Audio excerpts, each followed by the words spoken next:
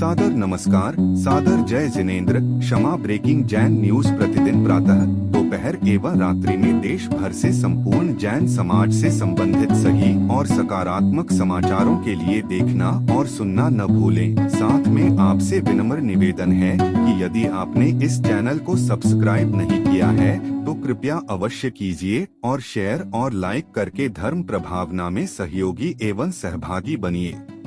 छायाकार चित्रकार जरा सेट कर कर बैठ जाओ भैया।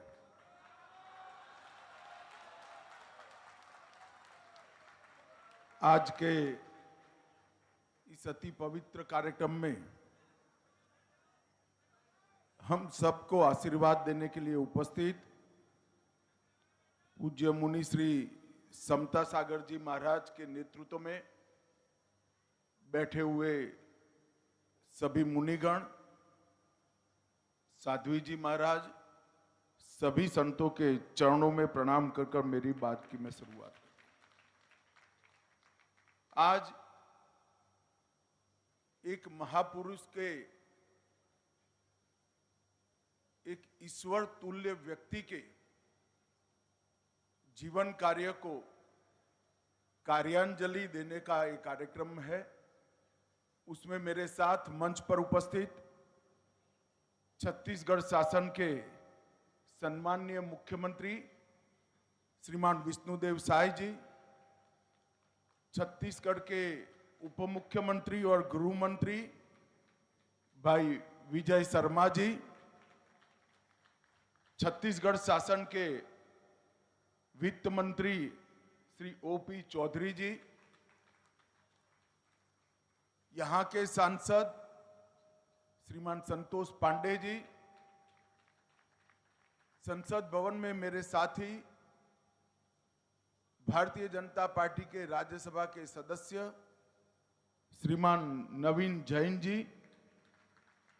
मंच पर उपस्थित सभी सम्माननीय गणमान्य प्रतिभाओं, और आज मेरी तरह विद्यासागर जी महाराज को कार्यांजलि देने के लिए आए हुए सभी भक्तों को मेरा प्रणाम, नमस्कार। आज मेरे लिए, भाई बैठ जाओ, आप सुन नहीं रहे हो, बैठ जाओ यार। मैं जिद्दी टाइप का आदमी हूं, बाद में ही बोलूंगा।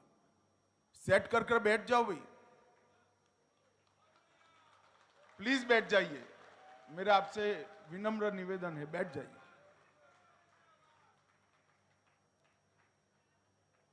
मेरा परम सौभाग्य है कि डोंगरगढ़ की ये पवित्र भूमि, जिसे आचार्य विद्यासागर जी महाराज ने अंतिम साधना समाप्त कर कर समाधि के लिए जिसको पसंद करा, यही भूमि पर उनके समाधि के ठीक 1 वर्ष बाद मैं यहां उनको श्रद्धांजलि देने के लिए आया हूं।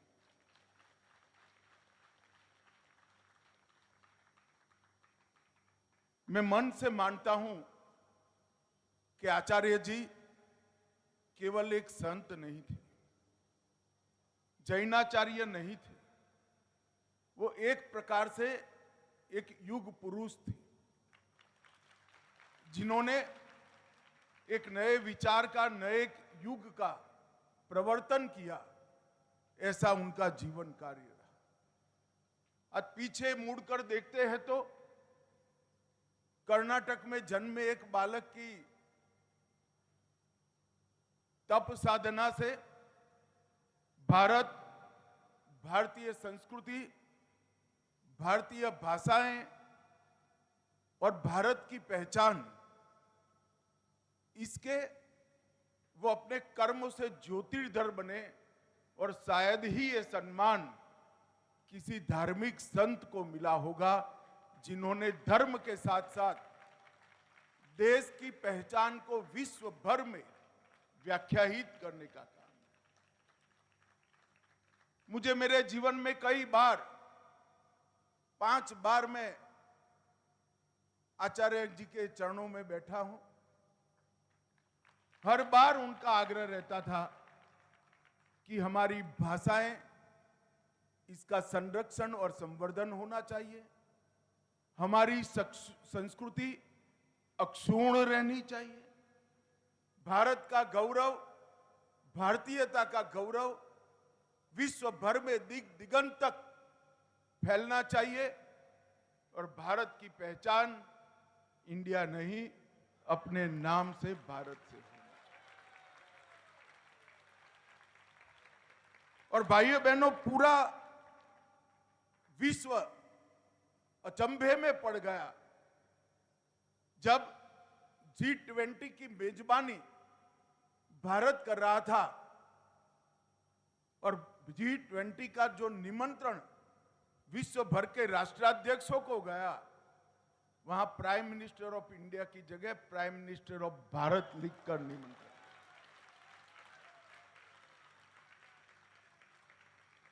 नरेंद्र मोदी जी ने, इस देश के प्रधानमंत्री जी ने आचार्य जी के विचार को जरा भी राजनीति करे बगैर एक क्षण में जमीन पर उतारकर उनके संदेश का अनुकरण करने का था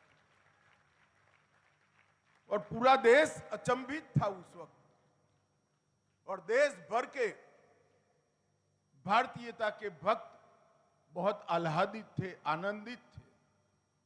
और ये मूल विचार, ये आंदोलन आचार्य महोदय का था। जीवन के अंतिम क्षण तक तपस्या का मार्ग नहीं देखा, छोड़ा। अंत समय में जिन्होंने उनके दर्शन का सौभाग्य प्राप्त किया, वो सभी को मालूम पड़ गया था कि जीवन को पंच तत्व के साथ एकाकार करने का इससे बड़ा कोई रास्ता नहीं हो सकता। शरीर तो क्रूसकाय होता गया, आत्मा का प्रकाश इतना ही दिव्य होता गया और जीवन के अंत तक इन्होंने अपनी इच्छा शक्ति से न केवल जिन शासन के अनुयायी जैनेतरों को भी अपनी आध्यात्मिक ऊर्जा से मोक्ष का मार्ग बताने का काम किया।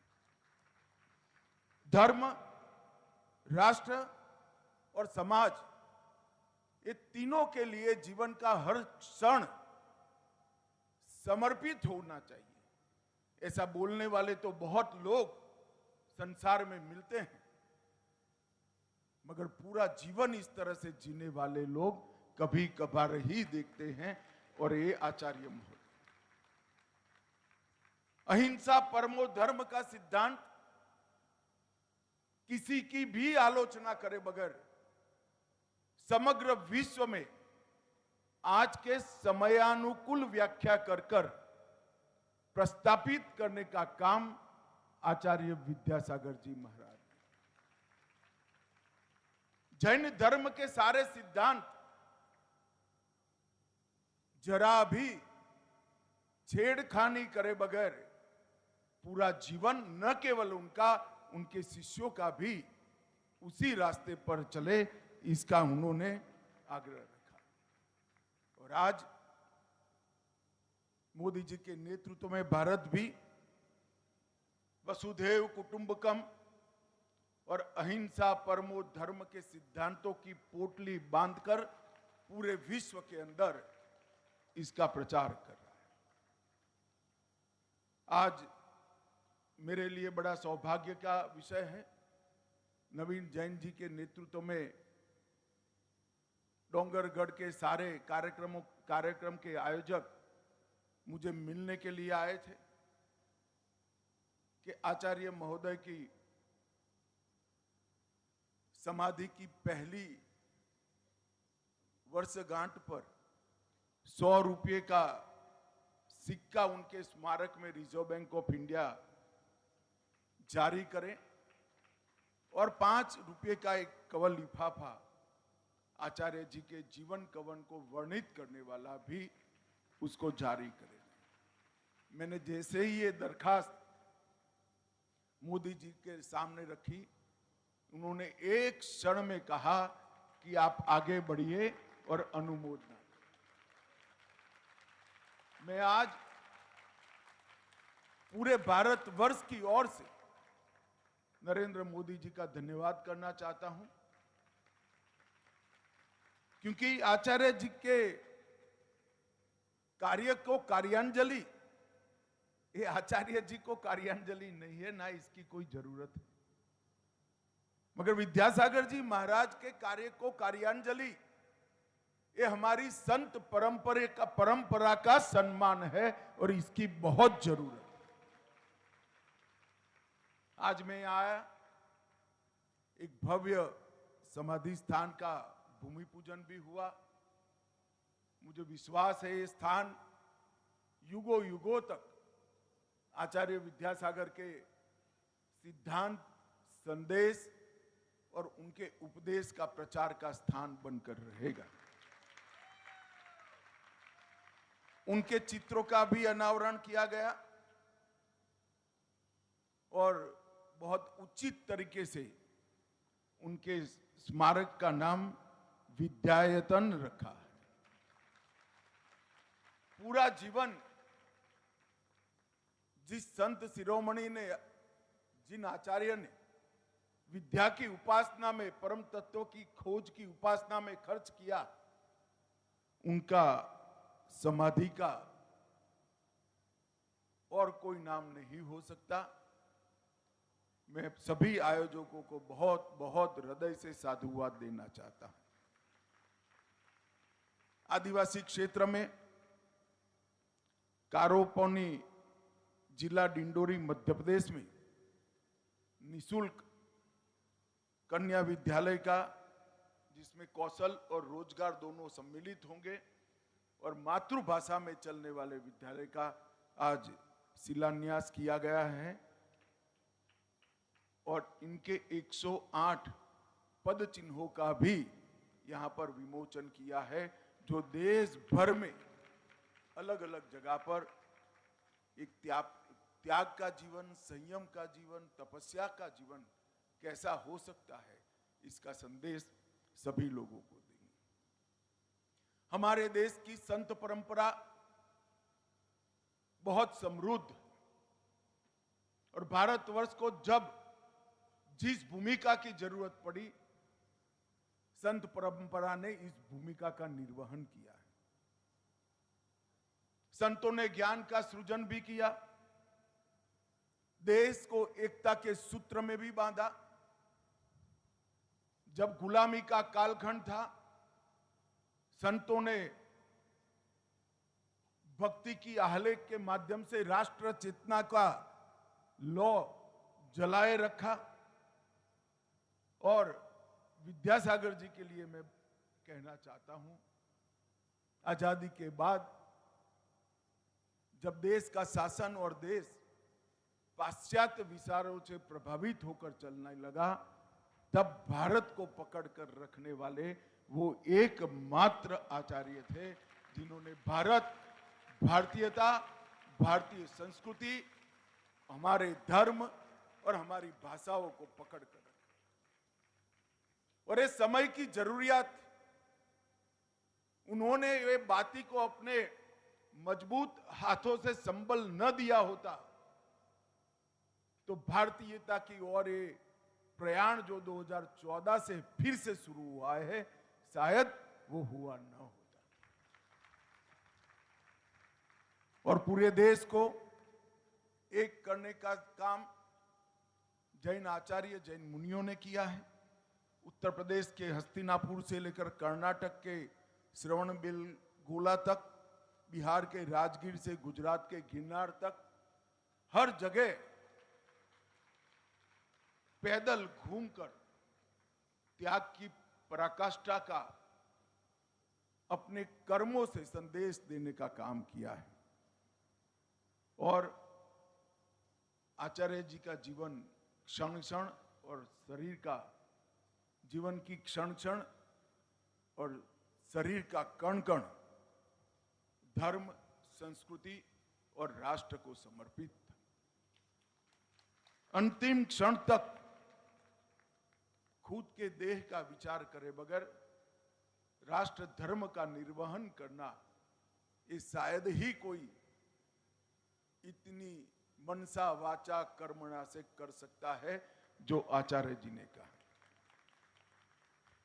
इन्होंने हमें सिखाया कि हमारी पहचान हमारी संस्कृति में निहित है। अगर हमारी संस्कृति ही हम गवा देते हैं तो विश्व के सामने हमारी कोई पहचान नहीं रहती। और जिन शासन का संदेश संप्रदायवाद, भाषावाद, जातिवाद, ये सबसे ऊपर उठकर समभाव से सबके प्रति समान दृष्टिकोण और एक वितरागी जीवन वो जीने वाले महान संत को मैं हृदय पूर्वक आज प्रणाम करने के लिए यहां आया हूं। इन्होंने हिंदी में मुकमाटी नाम का महाकाव्य बनाया। उन्होंने तो कागज पर लिखा, जैन श्रेष्ठियों ने इसको चांदी पर लिखकर लंबे समय तक लोगों को संदेश देने का काम किया। एक मुकमाटी महाकाव्य, इस पर अनेक लोगों ने अपने शोध निबंध लिखकर डॉक्टरेट की उपाधि प्राप्त की है और उसको अनेक भाषा में अनुवादित कर विद्यासागर जी के अनुयायियों ने बोले बगैर भारत की सभी भाषाओं को संरक्षित और संवर्धित रखना चाहिए। ये आचार्य जी का संदेश उन्होंने विश्व भर में पहुंचाने का काम किया है। वो सभी को मैं अनेक अनेक शुभकामनाएं। मैं आज पूरे भक्त समुदाय के सामने आचार्य जी ने ही मुझे कही हुई बात मैं दोहराना चाहता हूं। मैं जबलपुर में जब उनको पहली बार मिला, उस वक्त उन्होंने कहा था कि हमारे देश की भाषाई विविधता हमारी सच्ची शक्ति है। फिर यही वाक्य को उन्होंने हम संसारी समझ पाए इस प्रकार से भी समझाया कि भोजन के थाल में जिस प्रकार अनेक विध व्यंजन होते हैं, थाल उतना ही स्वाद से समृद्ध माना जाता है। जिस देश के पास अनेक भाषाएं हो, अनेक लिपियां हो, अनेक बोलियां हो, अलग अलग प्रकार के व्याकरण हो और अलग अलग प्रकार की गाथाएं हो, वो देश उतना ही सांस्कृतिक रूप से समृद्ध माना जाता है। और मैं आज यहां आते वक्त हेलीकॉप्टर में वो दृश्य देख रहा था जब वो बोल रहे थे। सामने कौन बैठा है उनको मालूम नहीं था, मगर वो शब्दों का जो प्रभाव था 23 साल के बाद भी मुझे जस का तस याद है, इतना प्रभाव हो सकता।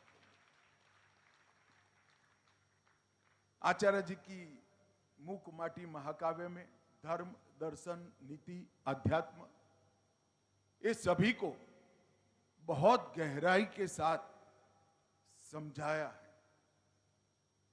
भेदभाव की दीवार को गिराकर राष्ट्र प्रेम जागरूक करने के लिए भी ढेर सारा इसके अंदर संदेश उन्होंने छोड़ा है। और शरीर की क्षणभंगुरता को समझाने के लिए मिट्टी के बर्तन जिसमें पृथ्वी, जल, हवा, अग्नि और आकाश पांचों की उपस्थिति होती है, इसका उदाहरण लेकर शरीर की क्षणभंगुरता को भी उन्होंने बहुत अच्छे तरीके से वर्णित किया है। मित्रों, स्वदेशी की भावना के लिए भी किसी का भी विरोध करे बगैर हमारे देश के गृह उद्योग, कुटीर उद्योग और हमारे देश की रोजगारी की चिंता किस प्रकार से हो, इसके बारे में आचार्य जी ने कई लोगों को प्रेरित किया। गोधन हो, चरखा हो, हथकरघा हो या स्थानीय रोजगार हो, ये सभी को वो हमेशा प्रचारित करते रहे। और शायद मोदी जी ने इस सारी चीजों को जो संबल दिया है, उसमें आचार्य जी की ही प्रेरणा मूल कारण रही हो। जब आचार्य जी ने समाधिस्थ हुए, उनका देह शांत हुआ, तब हमारा भारतीय जनता पार्टी का राष्ट्रीय अधिवेशन चल रहा था। उस मंच पर आचार्य जी को श्रद्धांजलि देते हुए मोदी जी के मन के भाव मैंने पढ़े हैं।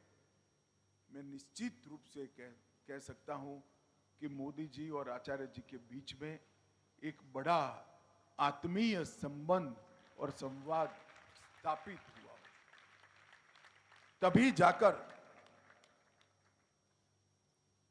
इस प्रकार के भाव अभिव्यक्त होते हैं।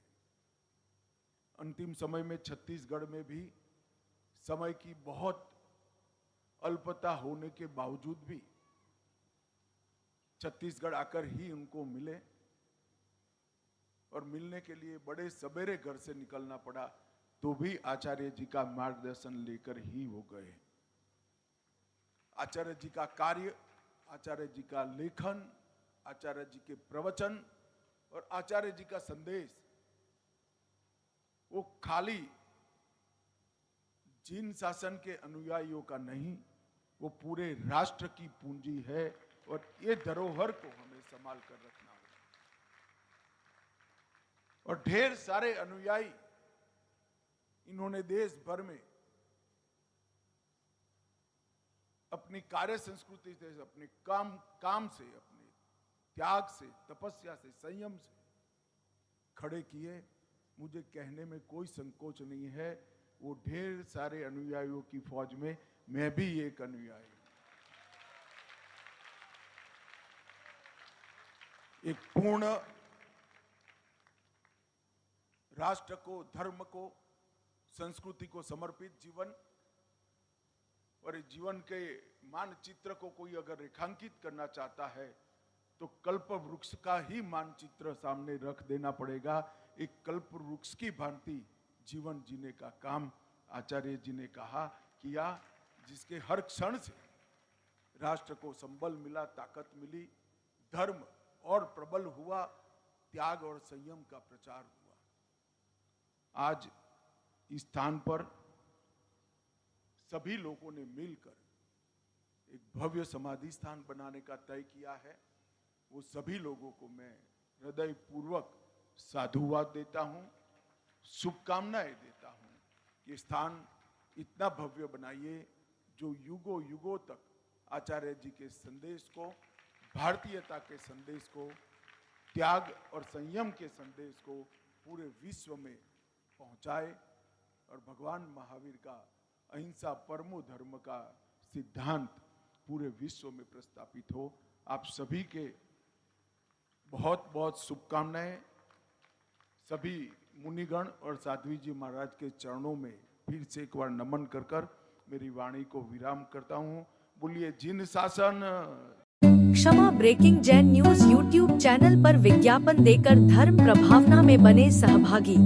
विज्ञापन देने हेतु संपर्क कीजिए मोबाइल नंबर 9026900740 एवं समाचार एवं वीडियो भेजने हेतु WhatsApp number 9335236222। Kshama breaking Jain news YouTube channel देखने के लिए आपको बहुत बहुत धन्यवाद। सादर प्रणाम, सादर जय जिनेंद्र।